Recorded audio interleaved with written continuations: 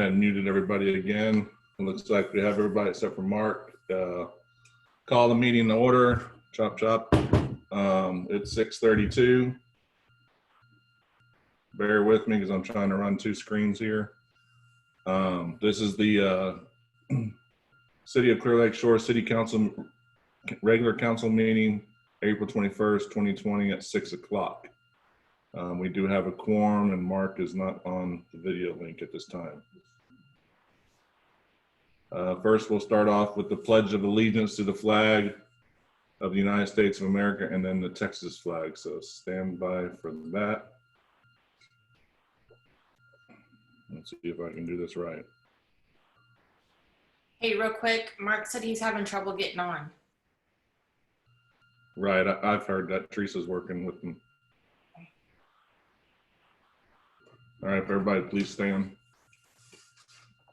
All right. I pledge allegiance to the flag of the United States of America, to the republic for which it stands, one nation, under God, indivisible, with liberty and justice for all.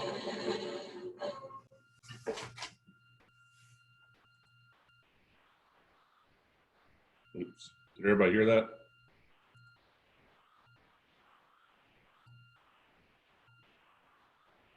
Did everybody hear that? I guess. We didn't do the state flag. Yes, stay flat. All right, working it. Honor the Texas flag. I pledge allegiance to the one state under God, under one and indivisible. indivisible.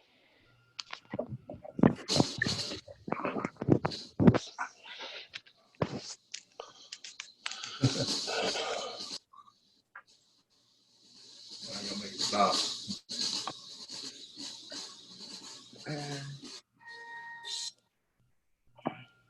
All right, I got through that. Always like some John Wayne. All right, item number 3 is reports from council. On the counts, if Mark's made.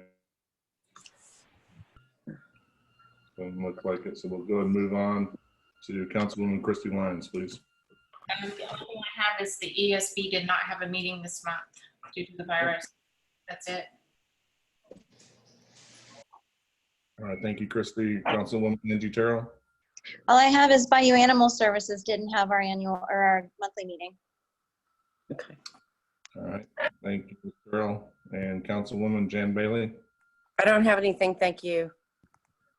All right, thank you, Ms. Bailey. And Councilwoman Amanda Fenwick. I don't have anything tonight, thanks. All right, and I just have a few things to go over real quick. As everyone knows, we continue to deal with the horrific coronavirus, which continues to take us through some uncharted water. Hope each of you continue to monitor the U.S. state and county executive orders. They are working a plan to get America back to work again. We have to do this in phases depending on where we are at with the county or city.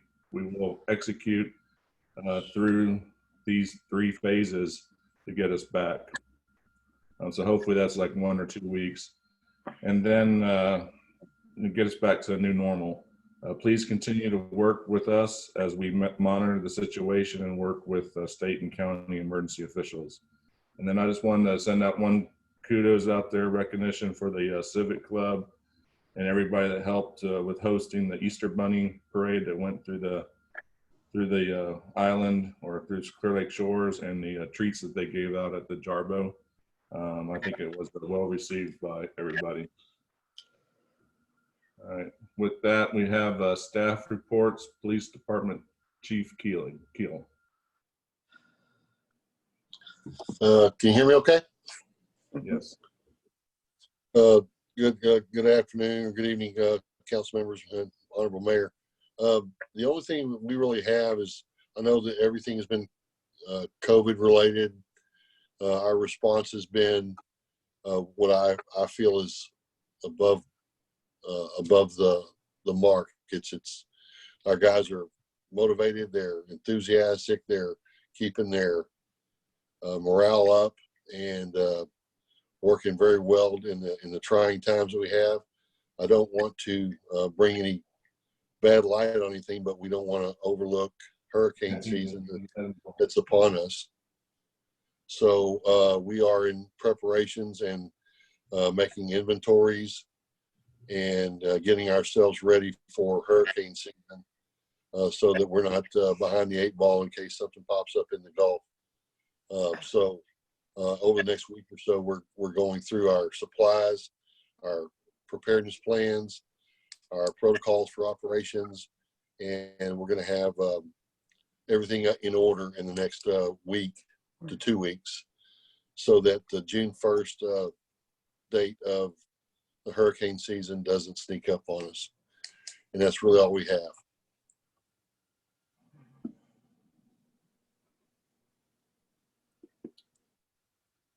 All right, thank you, Chief Keel. Next is building official Kevin Harrell. Can everyone hear me? Yes. All right, Mayor and Council, good evening. Pretty light on mine. Since our last meeting, just 7 permits, all been minor permits. Target has been ongoing. They are finally seeing the light at the end of the tunnel, and they should be done here in the next few weeks. 902 Elm, the boat was removed Wednesday last week. I am going to start pursuing the house now that no one is inside. I did issue an application for a new food truck for Schaefer's Grill to do crawfish. I should be getting that paperwork in the next couple of days. In code enforcement, I had 3 cases in the last 2 weeks. They've all been resolved. I have 1 case that is going to a variance. Any questions? Kevin, I have a question. I'm sorry. Can you repeat what you said about 902 Elm? Yes, 902 Elm. The boat was removed last Wednesday without any incident. The house is vacant, and I am going to start proceeding on substandard building on it. Kevin, that's 922 Elm, right? Not 902. No, 922 Elm. It's Right. Vern's old house. Right.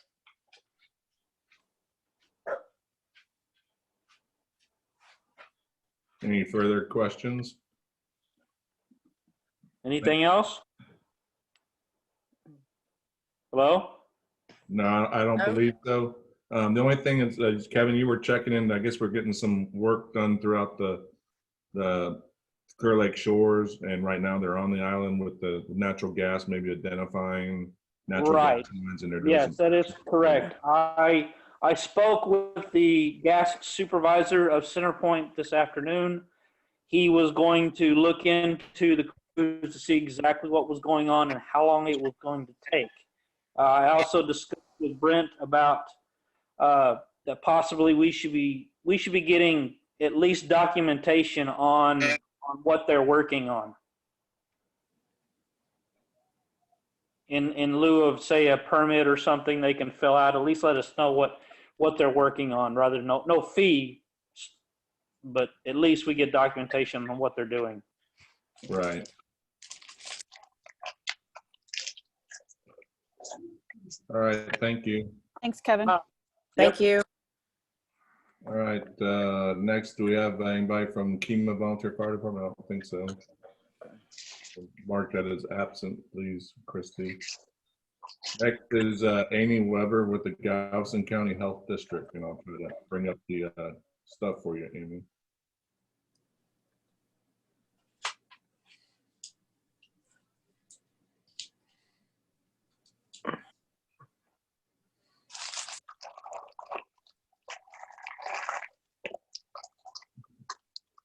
Hold on, you want me to unmute you.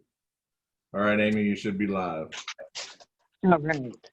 So I just wanted to go over, we've had 40 calls since the startup in the Clear Lake Shores area.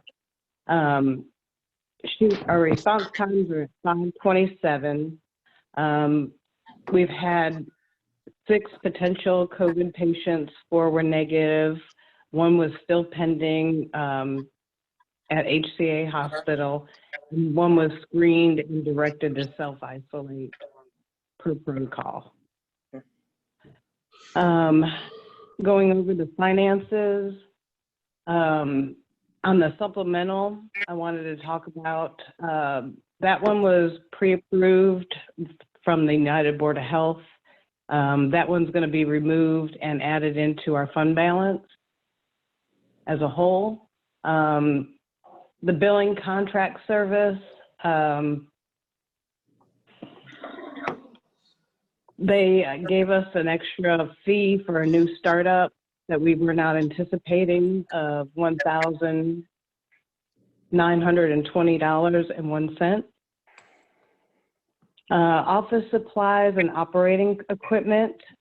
These expenses are offset by revenue that was recognized from the original $119K for startup expenses. So those should be rolled in. Our biggest issue was initially we had a lot of people working overtime in that area for the initial startup because we didn't get the go-ahead until late. So that's where the biggest bulk is with the finances.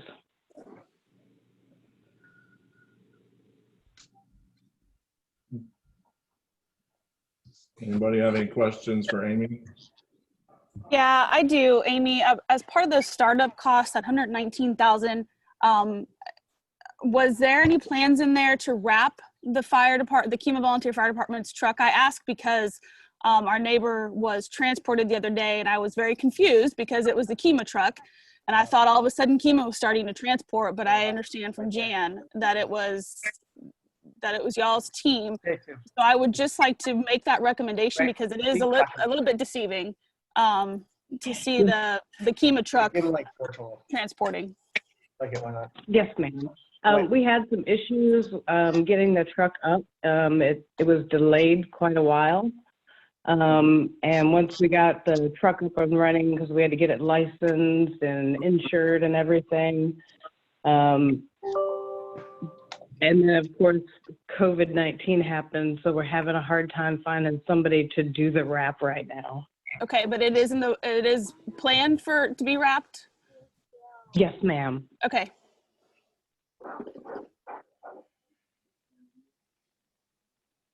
All right, thank you, Amy. I'm trying to fix You're very welcome. my background here because I'm getting blinded.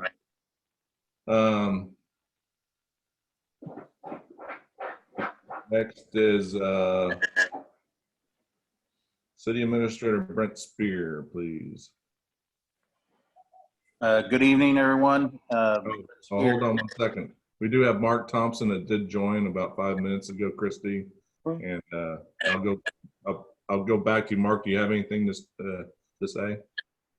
Oh man.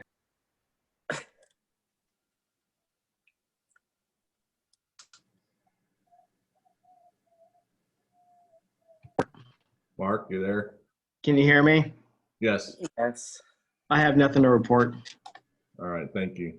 All right, sorry, Brent. You can continue. Good evening, Brent Spear. I did roll out my city administrator report. There's a lot more detail in that, but I'll try to hit the highlights for this meeting. We continue to get, of course, COVID's, we're now 6 weeks into it with our active response. City is continuing operations. Okay, yeah, it's up there. Good. We have, we do get updates from the health district. As of this morning, we have a morning call. Now it's an early afternoon call, but they usually roll out their data after 5 o'clock. But around 11,000 have been tested in the county. There's 468 confirmed cases, 208 have recovered, and we've had 19 fatalities. Of the 241 remaining active cases, 27 are hospitalized, 214 are self-quarantined, and that was the numbers as of this morning. So there could be a change.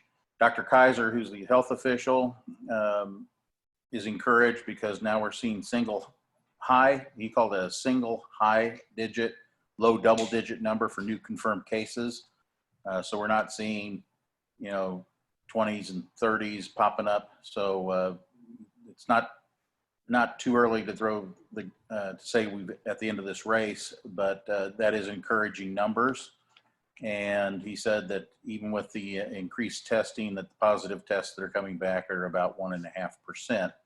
But he's very encouraged with that as well because it allows them to gather data and look forward.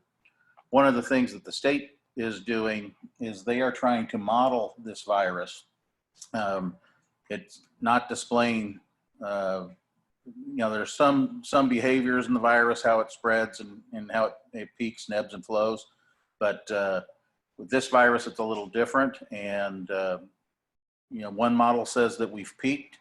And when they add some other variants in there, it says that we probably haven't, that there's probably another peak or 2 or 3 coming. So they are working through that. The one state official that was on the call said that they're trying not to overwhelm the health system, which has been the whole purpose of trying to do the shelter in place and keep people out of harm's way. But, it's kind of like a dam holding back water, and then we're trying to do a controlled release. So, eventually we'll see some relief from that.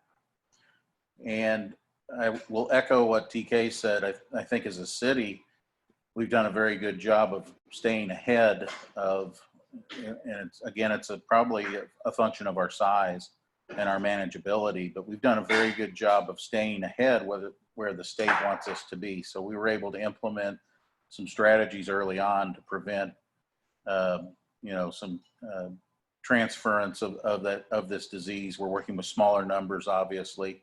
We had 1 confirmed case in Clear Lake Shores. They've since recovered, and there's no additional cases, at least there wasn't this morning. So that's a good indication that our public is doing what's necessary to protect not only themselves, but others in the community. So I appreciate that very much. A little bit of inconvenience now pays a great dividend at the end. So thank you everyone who's working on that. TK and I are going to work on a revised emergency plan. We had one that basically addressed hurricanes, and it's pretty light. TK has a lot more experience with that, and so we're going to flesh that out a little more. And I'm also I'm working on an emergency plan on the remote chance that what we're experiencing now becomes seasonal or cyclical in years to come. So maybe we don't see this again or similar virus for another 5 or 6 years. But it's good to understand what we did this time, and if someone else is here, then they have the notes and they know how we can move forward. But I think we have a pretty good plan. All of our personnel are working social distancing. If you've noticed, Public Works, they're in 2 separate carts and they're wearing masks when they're out and about. So they're demonstrating good public hygiene that way. I know that Richard Sowery's on. He will have roads and drainage. With Pools and Parks, did replace the push button on one of the fans that was under warranty, so that's good. Also, as of today, and it will roll out after this meeting, we're restoring the pool to some limited operations. And what we're doing is the pool will be open from 8 a.m. to 8 p.m., which is prime time that would be used anyway. And it'd be for exercise in the pool only. The furniture's all been sequestered and it's taped off. So we don't want people going in there and laying around and hanging out and whatnot. Just really use the pool for what the pool is for, and then move on. It's limited to 5 people or less inside the fence. And we expect everyone to continue to follow the social distancing guidelines, either while they're waiting to get in or in the pool. And there's some other suggestions that are rolled out on that gate. We'll monitor that remotely. We have cameras there, so we can monitor remotely if need be. And we anticipate not having any problems. However, if we get lambasted and we have 20 people in there, then we'll have to close the pool again. But we're trying to make it available so people can enjoy the pool, get exercise, and be outside. Member gate codes will continue to work.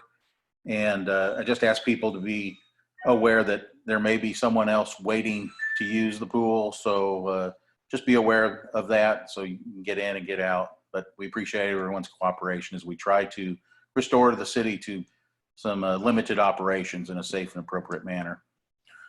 Drawer Avenue, that's moving forward. We had our 60% design meeting this past week. The thing that we're waiting on is the right-of-way documents. And once again, I'm still waiting to make sure that they're correct. They've been through 3 iterations so far. This will be probably the 4th. And we're just talking about a couple feet here or there, and it's to accommodate the controls for a traffic signal. And that's very important at 518. We've talked about this before, and unfortunately we can't get that traffic signal study done now because school is out. So we'll have to wait until school kicks back in order to get that. With EDC, I'm sure we'll have someone give somewhat of a report, or I can fill you in. Things I'm working on right now is we're looking at electrical design for parking lot lights. It's a very dark parking lot that now we have up there. We'd like to get that lit. It's a safety concern and help businesses when they're back in business and open late hours. And I also included a copy of majority of an article that appeared in Community Impact News, and it describes Seabrook's plan for an emergency incentive for their businesses. And I did talk with Paul Chavez at Seabrook about that. It's almost an exact duplicate cookie cutter of Clear Lake Shore's plan, and it's nice to lead the pack and be an example. So appreciate everyone working so hard on that. But there are other communities that are doing the same thing, and we're excited that we were able to be responsive to our businesses early on. If I flip through, I think that most, the only other thing that, let's see, Shore Avenue. One thing I have going on with Plaza 1006 is recently, as of today, we were notified that there's a leak in the roof at Okies. It's part of the, it's related to HVAC unit that's on the roof. And we've received quotes. It's part of Plaza 1006's mission to maintain the exterior of that with repairs. So we're going to move forward with the repair of that roof. It appears that it's going to be it's going to be roughly around $1,000 plus or minus a couple $100. So we'll get that handled hopefully before major rains come and they can remedy that. We're probably going to have to push out the MD Anderson blood drive. That's June 5th. Currently, the state is saying that all large groups are not allowed to meet until June 1st, 2020. I'd probably hedge my bet a little bit and move that out a little further as we get closer. But you know, a large group is going to be concerts, stadiums, movie theaters, things like that, high density of folks. Blood drive would also be that. And with the blood drive, we may have compromised population. So that's something else to consider when looking at that. The city participates on a very small level, other than they take a pint of my blood, but we provide the parking lot and gave the okay up front for them to do that. And that is in conjunction with Okies.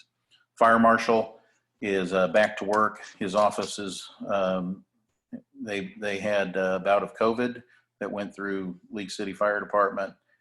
They're back to work, and we received our first invoice today for plan review, and we'll get him paid out on his contract. We have numerous ordinances that have been updated and gone through. That was in conjunction with the legal review that was approved a few months ago. At a later date, when we can meet in person, we'll go ahead and roll those out and get those approved. And that is it. As we hit other things on the agenda, I may have commentary, but are there any questions?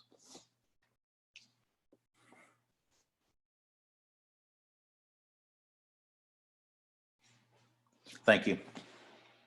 All right, thank you, Brent. Not having any further discussion on that. Next, we move to the committee reports. First up is Parks and Pools. I don't think we have anybody online. I can bring you up to speed on Parks and Pools. I think they've been unable to meet. The remote option hasn't been conducive necessarily to getting them all together, so they're going to wait until they can meet in person. Things are moving forward. As I brought to you before, the pool management company is a little behind because they can't train lifeguards, so we won't have them at the end of May, as anticipated probably.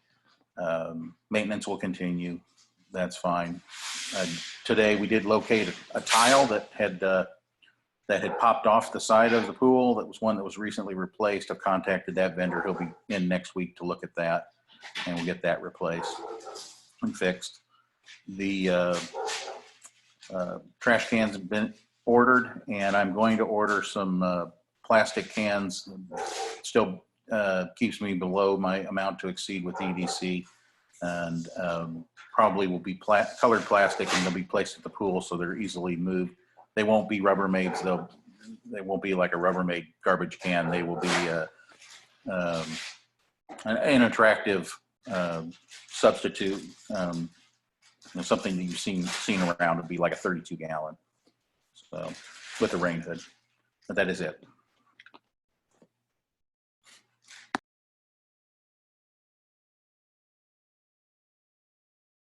Thank you, Brent. Next, we have roads and drainage. Richard Salary.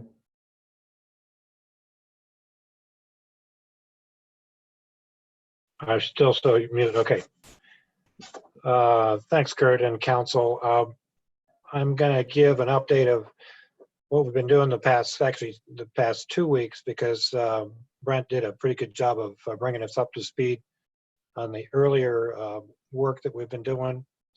I'm going to start off with potholes and ditches.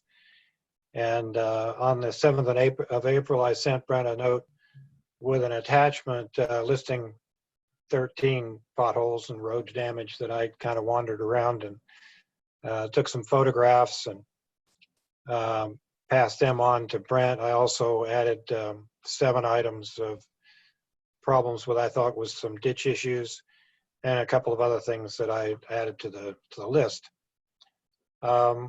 Brent has since gone out to a contractor looking for an estimate to fix the potholes. And at this time, he's told me that he has not gotten any response back from the contractor, although I'm sure we'll find somebody to help us fix some of those issues. The next item on my list is is the what I call the tank trap on Juniper. And it's what it really is a mill depression that was left behind by the contractor XL, and there's a couple of those as well over on Tyndall. I spoke with Cobb Finley yesterday to try to find out what they're supposed to be doing to fix this thing, and at this point they're just giving Cobb Finley, the engineering contractor, the runaround. According to them, they keep saying they're going to come fix it, but it's the thing that was left over after the 2017 multiple street report improvements project. And I had a number of complaints by residents that, of course, the bump on Juniper is jarring and really not acceptable. Brent had also gone back to XL as well as Cobb Finley to try to light their fire, and so far we haven't had a lot of luck. I suggested that possibly we could do this ourselves, but Brent kind of feels that that we don't have the proper equipment to do that, so we'd really have to do it with a contractor that has the hot mix hopper and the roller and things that need to be used to fix the bumps. And I think he's going to add that fix to the potholes and ditches that we were going out for contractor on, see if we can't get that fixed. Next item, I was going to bring a little bit update on the 2020 road improvements project. And our committee has received the estimate or the proposal from Cobb Finley, our engineer. And their proposal was for $130,630 to do the engineering. And the preliminary estimate for execution phase of the project is $763,753. And that's to do an overlay on Blue Point and concrete replacement for Narcissus from South Shore Drive to Forest and from Forest to Ivy. Now, Brent and I have talked about the possibility of having a problem with the budget as a result of some of the cutbacks that we've been seeing as from the COVID problem.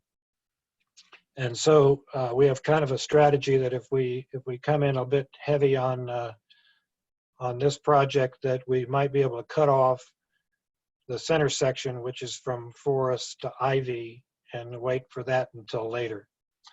As you know, our budget is based on 0.25% of the tax revenue, and we may have a tax shortfall. So it would be a good strategy possibly to drop some of that off. We've not been able to get together with our committee to discuss the proposal, but we are looking to get some help from Kurt to maybe set up a Zoom meeting within the next week or two to try to get closure on the proposal. Some of my preliminary observations regarding the proposal are that Cobb Finley has I think, have added more to the estimated cost for inspection than what we've seen in the past projects. And so I think we need to look at that fairly closely and determine whether we really need that much extra inspection. In addition, we've thought about doing an asphalt overlay on Narcissus, similar to what we're doing on Blue Point. And I know that the contractor, the engineer, is not happy with doing overlays since we've had a problem over at Tyndall. But as long as the base looks like it's in good shape and we do a number of cores to determine that, then I think we should at least add that as an alternate to possibly look at doing that instead of a full concrete replacement. But that's something we can take up at a later, when we do our meeting. So that's about it that I have for you. Are there any questions? Yeah, I think the big thing there, Richard, is to make sure that our engineering firm is providing all of our engineering services we need. We're not the experts, and that's what they're here for, is to help protect us from our own selves sometimes. So, that's possibly why the inspection costs have gone up. Well, again, I guess you call it a black swan event. The amount of money they put into is 3 times what we normally see for inspection on other projects, and I think maybe it would be prudent for us at least to look at it from a standpoint of, is this ever going to happen again? And if it does happen again, then we should be aware of it as the projects are going on, and we could add inspection later or as we see that there's a problem. But to throw in $28,000 and whatever the number is instead of $8,000, which has been what they've been doing in the past, it's just something that I think we should look at and make a recommendation. Well, it may be an opportunity to line item those items. And yeah, and they are line item in the proposal, but we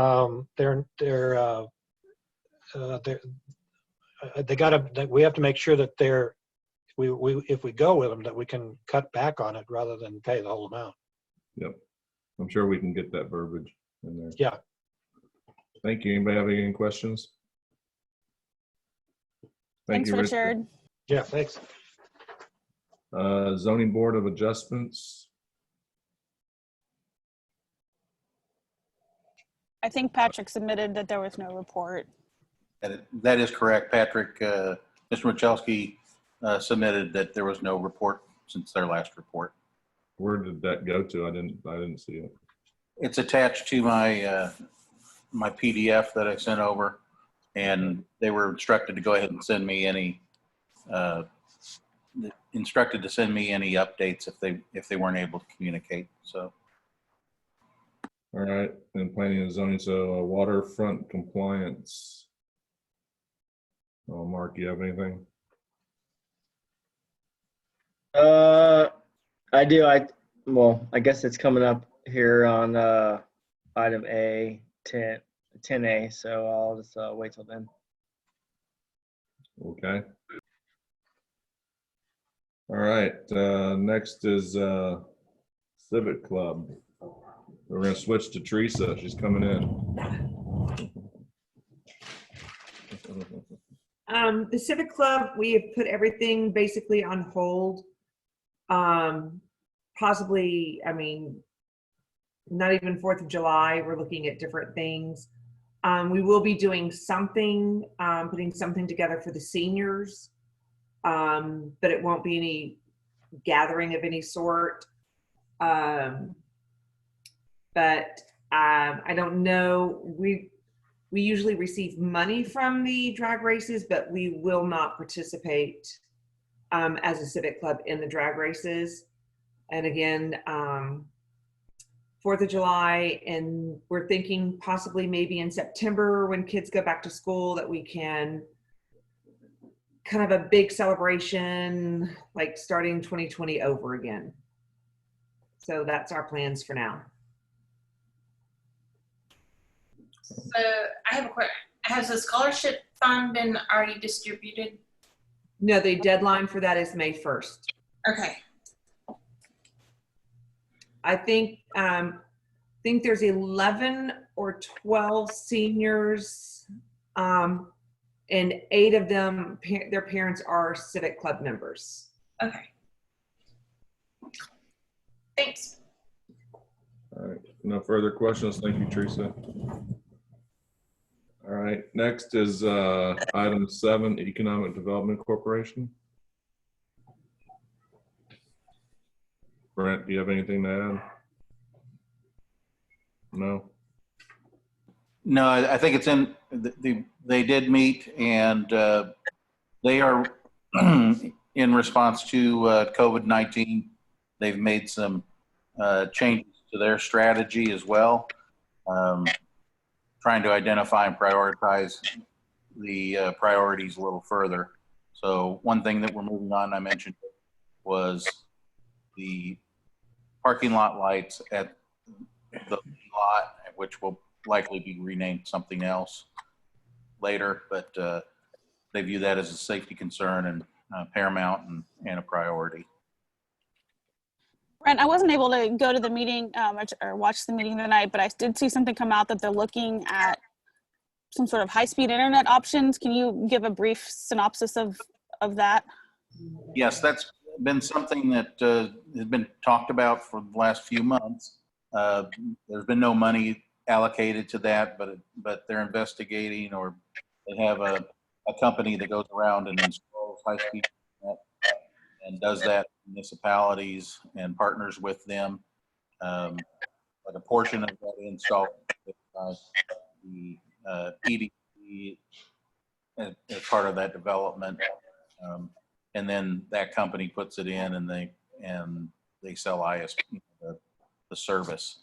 The problem is that, I guess, high-speed internet is a problem, and with everyone staying at home and watching movies and running out of things to do and spending time on the internet, that's further complicated, and people are recognizing that. This was all started prior to the COVID event, and I don't anticipate it being a huge priority right now until things shake out, but it is something that they were looking at just to investigate. And then we did roll out a just kind of an information flyer. If you're interested in this, we need some feedback. And I think the feedback has been overwhelmingly positive. There may be one or two that didn't see the benefit of that, but I think the majority of people within Clear Lake Shores residents see the benefit of that. Okay, thanks. Yeah, and the other thing is to, it's all dependent on how it connects to a front end and IP service and stuff. I've seen other places have it, and you go through a lot of infrastructure to get it all in, and then they still don't have the speeds that they were anticipating. So it's real good amongst the one small spot that you make, but getting it into the whole overarching World Wide Web is a whole nother story. So we'll just tread lightly and cautiously going through all that. Next is item number 9, new business consent agenda with items A, B, and C.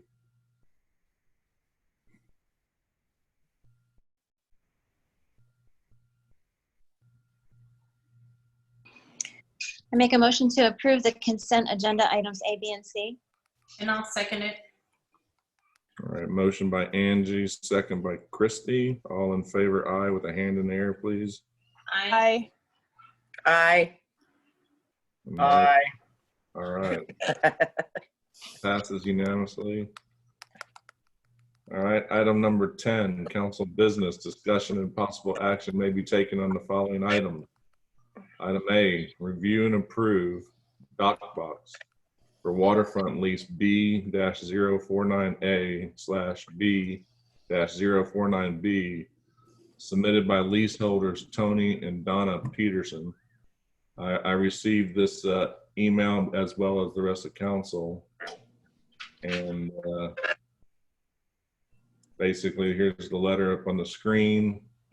Per the leases, it requires that it be approved, and so that's why they submitted it for it to go to council. And then there's pictures of the actual box itself. And just from my own knowledge, I used to be on the waterfront committee too, and just a little bit of concerns with once we start approving one box, then we're gonna have multiple boxes around the whole island. So it's something that maybe the waterfront committee needs to take a look at and find out what boxes are approved for use, and should they be on the waterfronts or should they be on the piers themselves, kind of like you go to any marina. So I'll just looking for a motion, and then we can discuss or something. Make a motion to discuss. I'll second. All right, Andy, you want to discuss? The first thing I wanted to bring up before, and I wanted to get Mark's take on it with the waterfront committee, but I would just like to bring up that on Exhibit B on the waterfront lease, number 2, it says that before we approve any changes to prohibited items, and dock boxes are included in those, we have to have notification of all leaseholders as well as a public hearing. So before we do anything, it looks like, unless I'm misunderstanding that we would have to have. That's if you change the lease agreements. I'm reading city council approval is necessary for any deviation from the above additional terms and conditions. And right. the We're not changing T's and C's. Okay, so item C up there about the bulkhead, whatever that's not a term or condition. The terms and conditions are inside the lease. If we were to change the lease agreement, it has to go for public notice. It has to be discussed in public meeting, and then it has to go to council, and I believe it has to go twice. Okay, I understand. So if we do the dock boxes, it's just written approval by the city council. For individuals wanting to have a dock box. Okay. Yes. All right, cool. All right, thanks. Mark, do you have any input on this with waterfront, or do you guys have any suggestions? Well, I spoke with Doug this afternoon, and he highly advised against it because it would open up a Pandora's box. And then everybody would want to be kind of, I guess, wanted to put a dock box or build other structures on that area. And he spoke with a few individuals in that general vicinity about, you know, if the dock box is blocking their view or whatnot. He didn't really say that it was blocking their view, but he kind of asked them in a general way, do you approve of this? And they said no. So in my opinion, I think differently, but that's just my personal opinion. I guess it's the same thing as why people have so many other things on their waterfronts and they're not getting called out for, like a swinging chair hanging from, you know, a built frame and whatnot. But, you know, that's something different. So I don't know.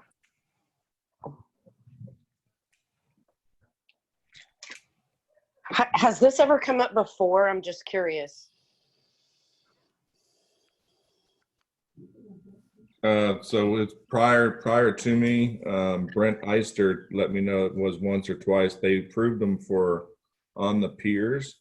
Oh, okay. Especially if they were of common type that you would expect to see at a like Watergate or any type of arena. Yeah.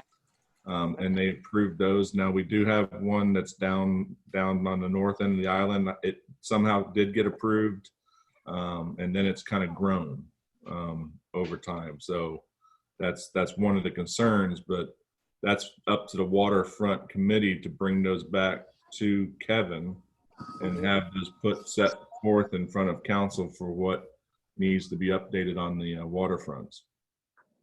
As far as like, if there's, I wouldn't say tickets, but I'm thinking of the right name, but if they need to fix things and stuff like that. So other things that like furniture is supposed to be tied down. Well, we all know all the furniture is not tied down. So that's something that the waterfront, it's a gray area. They try to enforce it, but when a storm comes, you know, we go out and get our furniture, but there may be some other people that don't get their furniture, or it lands up hitting other people's property. And then that damage has to be covered by your own insurance then, and you don't know where that debris came from. The other thing is the pits. The pits are getting, in my personal opinion, I live on the waterfront and have a waterfront, and the fire pits are, the way they get around that is a fire pit is legal as long as you're using it as a cooking device. So you place a hot dog next to it and you're good to go. And so that's why the waterfront committee has not written those up. But you can, I mean, anybody can take a ride around the island and you'll see that everybody's starting to get either fire pits or even now grills. And if a storm's coming, my problem with that is all that's going to be flying debris. But that's my personal input. So I have a really quick question again. As far as the dock boxes that are on, like on a slip, do we have any of those around here? Yes. That doesn't need approval, right? There's 2 of them. Okay, that doesn't need any approval because it's on their own slip, correct? They're supposed to get approval and they have to be mounted. There's 2 of them that look the same size as what was in the picture that you were giving us, that I saw on the island. That are on the island or on the? They're on the docks. Okay. So are they on the pier or are they on a floating pier? They're on the pier.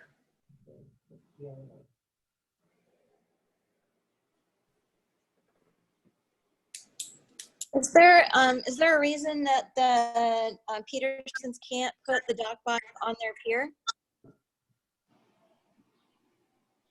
I believe it's the dock box is just the width of the pier.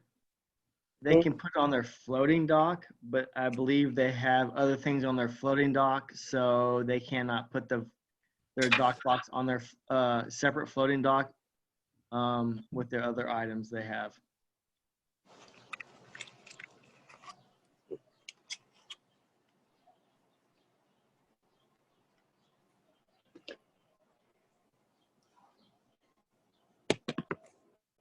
I know Tony's online. Tony, do you want to talk at all?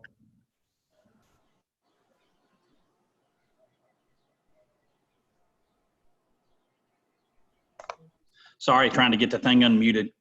Just quickly, and I realize most of the other, or all of the other actually, except for that one on North Shore, are on docks.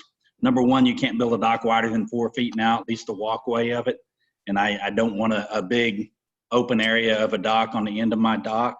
And the other side of it is it would actually be more intrusive to look at on the dock than where it is on my, or where I show the pictures of it there on the waterfront. As you can tell, there's a small bulkhead because the ground grade drops off towards my waterfront. So it kind of hides it behind those plants, and it makes it, that's the least obtrusive place for that dock box to be, was why I was thinking it was the best spot.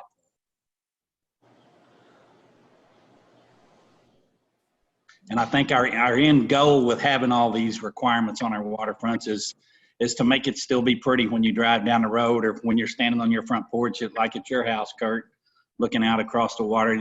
There's not a bunch of stuff in the way. And again, that's where it's at in that picture that you see is the least obtrusive spot on the whole waterfront or dock. So.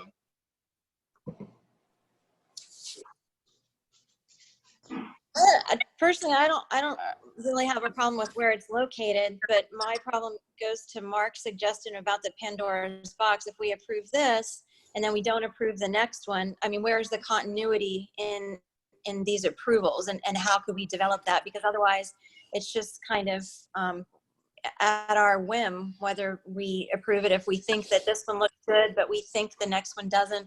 And that's where I worry setting a precedent. I don't have a problem with the box. I just have a problem setting a precedent going forward for a lack of continuity on how council, whoever is on council, approves those boxes. And to add to it, I know Mark talked to Doug Roberts, but he also wrote me because he doesn't have Zoom. He didn't know what that even was, and I don't think he has a laptop that talks our language anymore. Yeah. But he says he knows how to text, and so he sent me a text, and he said he spoke to several of the homeowners have been asking, and only one of the only 7 out of 8 were against having to look at the boxes. And then so he actually went and tried to talk to some people, which Mark already said, and they would rather stay like it is. And then again, from the waterfront committee, which he talked to several other committees, and maybe it was half and half or one in favor, but overall the waterfront committee was didn't want to open up the can of worms for making the variance. That's what the big caution they want to put out there. And Kurt, did you just say 7 out of 8 neighbors in that vicinity were polled and 7 out of 8 said they no? That's correct. Okay. That's from what I understand is text message. I mean, I agree with you, Angie. I mean, I have no problem with it. I don't want to set some precedent, but is it then that, I mean, again, I don't want to get down to the slippery slope and seem like an HOA, but do we set some guidelines for what a dock box size should be or something, and that goes into the lease? Or, I mean, I don't know. You know, I was wanting to create the ad hoc, and one of the big things was the lease agreements that have been out there for a while, and then how they contradict some of our rules and ordinances. Yeah. And so that committee needs to go do that. And I think to go throw this back on the waterfront committee and that ad hoc committee, they could come back and actually give you a good recommendation that a box of this, and this type of material I think so too. is allowed on pier. Yes, or side. Right. Yeah. Yes, just to give some parameters for people. My problem is what constitutes the size box. Right. One that doesn't. What'd you say, Christy? One that fits nicely on your dock. Well, but to Tony's point, I mean, if you only have just a 4-foot wide pier and you don't have a big thing at the end of your dock, you don't really have a place to put it. So it's a catch 2020. Yeah. Yeah. I mean, I like the idea, Kurt, of having, I think we do need to have that and have that lease looked at. I mean, that's not what we're here to talk about. We're here to figure out what to do with this particular box. But I think we are going to set a precedent if we do this, and we just need to be able to have a plan in place to put some parameters around it.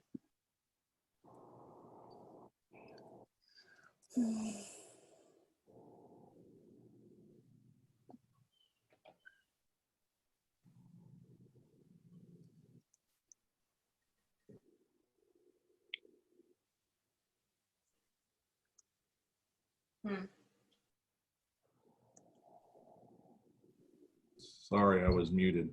Is there any further talking to myself here? Further discussion? Otherwise, I need a motion.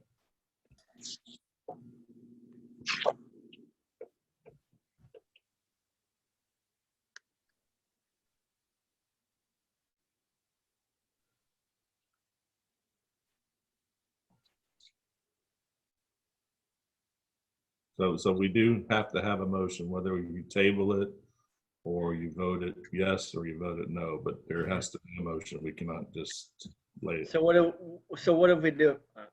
I guess motion to table it. That is a Waterfront committee? Can we do that? But tabling it brings it back at the next council meeting, right? Or can we table it to and put a date on it? A date. You can table it and put it back to the waterfront committee to make an absolute recommendation and change the lease agreement. When I was on the waterfront committee, I've already changed the lease agreement to allow the taller poles for your boat lifts and to have horizontal strength members. So even though the lease agreements say they're not allowed, that was already approved by council 4 years ago, I think. And the reason why we don't update the lease is not due until 2023. So that was going to be my question. Then when the lease gets updated in 2023, all these changes that we've been making get incorporated? Yes. Or do they count as amendments? Well, it would get changed. It gets changed when the new lease is drawn up in 2023. Correct. I would, Mark, is that your motion to table it and throw it back to waterfront? That's correct. I'll second that and let them come up with an absolute recommendation and work on what the lease should say, right? I'll agree with that. Yep. All right, so we have a motion to table this. It'd be nice to have a date, like 60 days.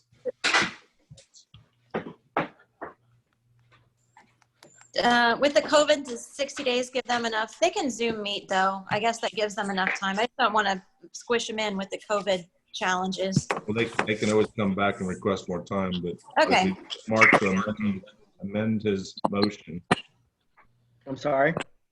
Amend your motion, please, to state to table this and send it back to the waterfront committee and come back within 60 days.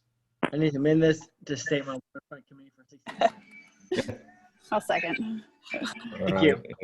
And Christy second. All in favor? Aye. Aye. Aye.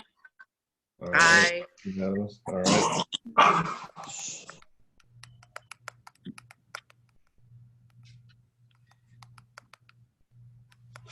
Next is item 10B is review and approve extension revision of declaration of disaster revision number 4.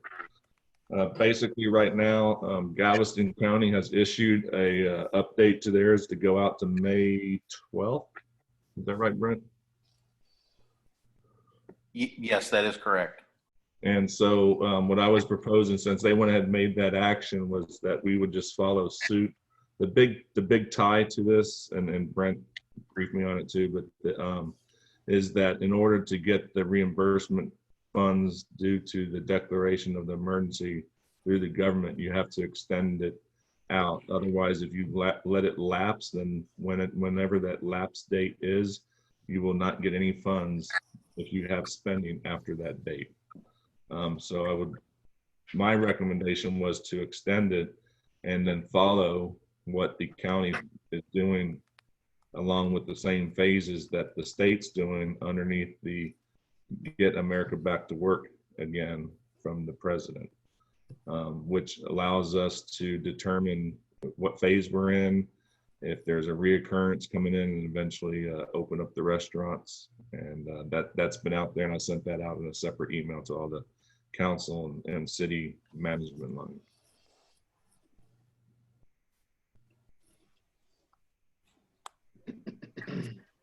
I'll move to extend to May 12th. I'll second that. Is that all we need, or do we need? There No, weren't that's any. it. There And weren't any we'll- revisions, just an extension, right? It's an extension, and Yeah.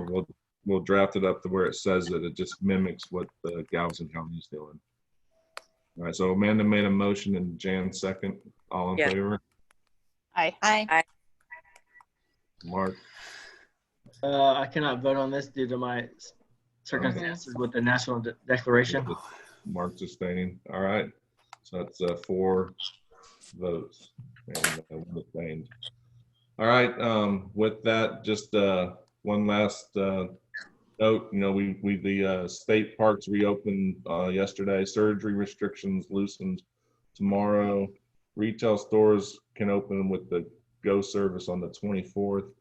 And then Governor Abbott's going to be revealing more details on more openings. And then right now, the stay-at-home orders expire on April 30th. So with that, I will adjourn the meeting. Thank you, everybody. Thank you. Thank you.